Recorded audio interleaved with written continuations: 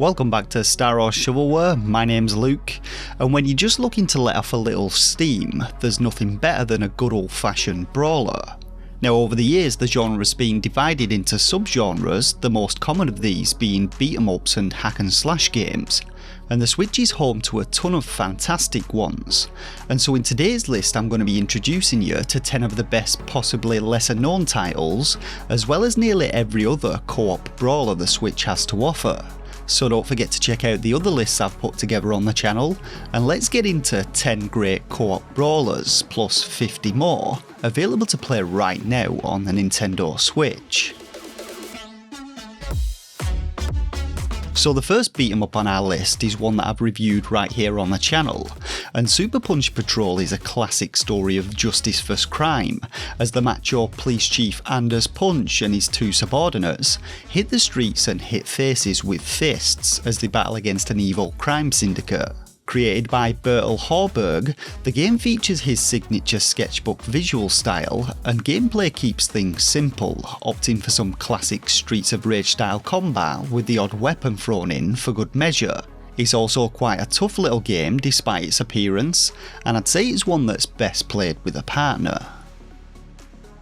So I'm going to be featuring a couple of the more unusual brawlers on this list, and the first of these is NinJin Clash of Carrots, an anime inspired beat 'em up where you play as NinJin the Rabbit or Akai the Fox and fight your way across feudal Japan in an effort to defeat the evil shogun and retrieve the carrots he's stolen. The gameplay in this one though is fast paced and frantic as hell as you mash your way through vibrant levels filled with constant waves of enemies, and the carrots you collect act as currency with which you can purchase over 150 different items, masks, weapons and projectiles. If you're looking for something a bit more mental, then NinJin Clash of Carrots looks to be exactly that. Our next title, Rampage Knights, kind of blends classic beat-em-up action with some roguelike mechanics, as you and a friend work your way through randomised dungeons filled with randomised encounters, spells, equipable items and weapons, which in a similar manner to The Binding of Isaac change up your character's appearance. With its cartoon visual style you may have overlooked this one, but its gameplay offers a ton of replayability and the action appears to be solid, with plenty of blood and gore to enjoy, and the game also features more long-term progression in the form of new classes and features to unlock. All round it seems like a great one to fill plenty of co-op hours with. Raging Justice is our next title, and this one stood out to me because of its classic Mortal Kombat-like visual aesthetics. Now as with the classics, this one pulls no punches with its storyline, setting you off as three vigilantes looking to fight the good fight and restore peace and justice as they take to the streets and beat the way through whatever low-life scum stands in the way. The character designs in Raging Justice look to take a lot of influence from the classic Streets of Rage games, as do many of its mechanics, with you able to wield a variety of weapons and perform a bunch of different grapple moves, though the control scheme has been enhanced, and it also features quite a unique feature, that being the ability to subdue and arrest stunned enemies. An interesting one though, to say the least. So halfway through our list then, and our next title, Phantom Breaker Battlegrounds Overdrive, is actually a spin-off of the fighting game Phantom Breaker. With a highly stylised anime art style, the game is a frantic arcade style beat 'em up with a bit of a twist, as instead of just throwing the usual punches and kicks to beat down your opposition, the game's fighting system is more akin to something like Street Fighter, with each character having their own unique movesets complete with light, medium and heavy attacks, and a bunch of different combos for you to execute. As you play through the game, your characters will also level up, increasing their stats and allowing you to buy new abilities, and the game also features a lane system, whereby you can jump between the top and bottom lanes of the level, which simplifies things but makes lining up your attacks much more manageable. Some really unique concepts in this one though, and well worth a play.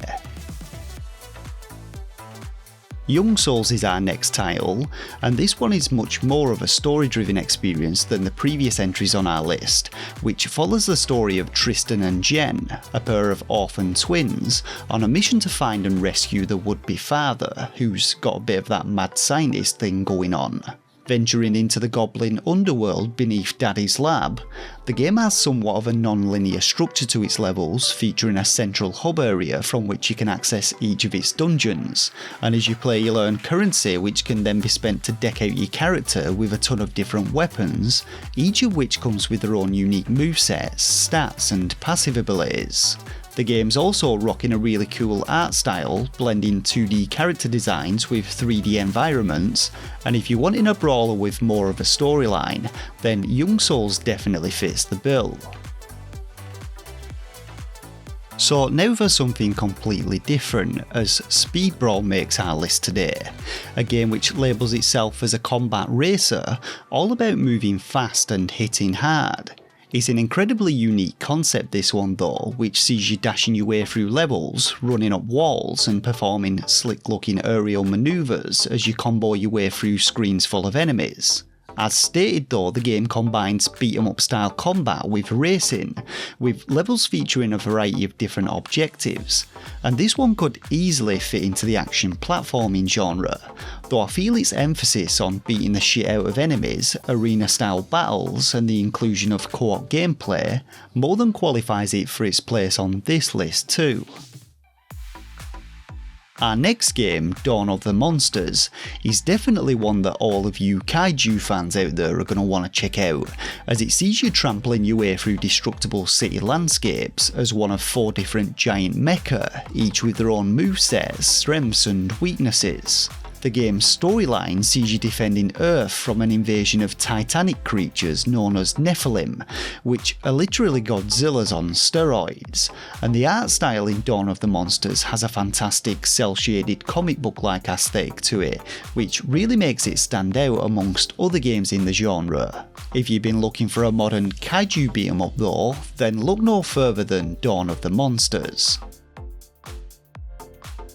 So if Streets of Rage 4 were to have a long lost twin, then Mayhem Brawler would be that title, and it's clear the game has taken a lot of influence from the legendary Brawler, but it also throws its own little details into the mix which make it well worth a look. Playing as one of 3 genre archetypes which focus on either speed, raw power or a mixture of both, Mayhem Brawler blends reality with fantasy, as you encounter the usual low-life gangsters, as well as plenty of more supernatural creatures, so think werewolves, pigmen and magic users. The player's decisions in this one also define the route you take through the game as well as the ending that you get, so there's plenty of room for replayability, and while it may sit in the shadow of its iconic big brother, it still looks to be well worth a play. For our final entry in today's list, we're going old school, but only on the visual front, as Fight and Rage elevates your classic arcade-style brawler formula, giving you a plethora of special moves and combos to master, allowing you to chain your attacks together and rely on your skill to take down enemies. Teaming up with 2 other players, playthroughs of Fight and Rage are meant to be experienced in one sitting, with each taking around an hour at most to complete, but the game features tons of alternative paths for you to explore, 8 different endings, and on top of 20 different characters to unlock, you'll also find additional costumes, difficulty settings, gameplay speeds and game modes, so a huge amount of replayability with this one. If you're wanting that old school vibe with some new school features, then Fight and Rage is definitely one of your best options.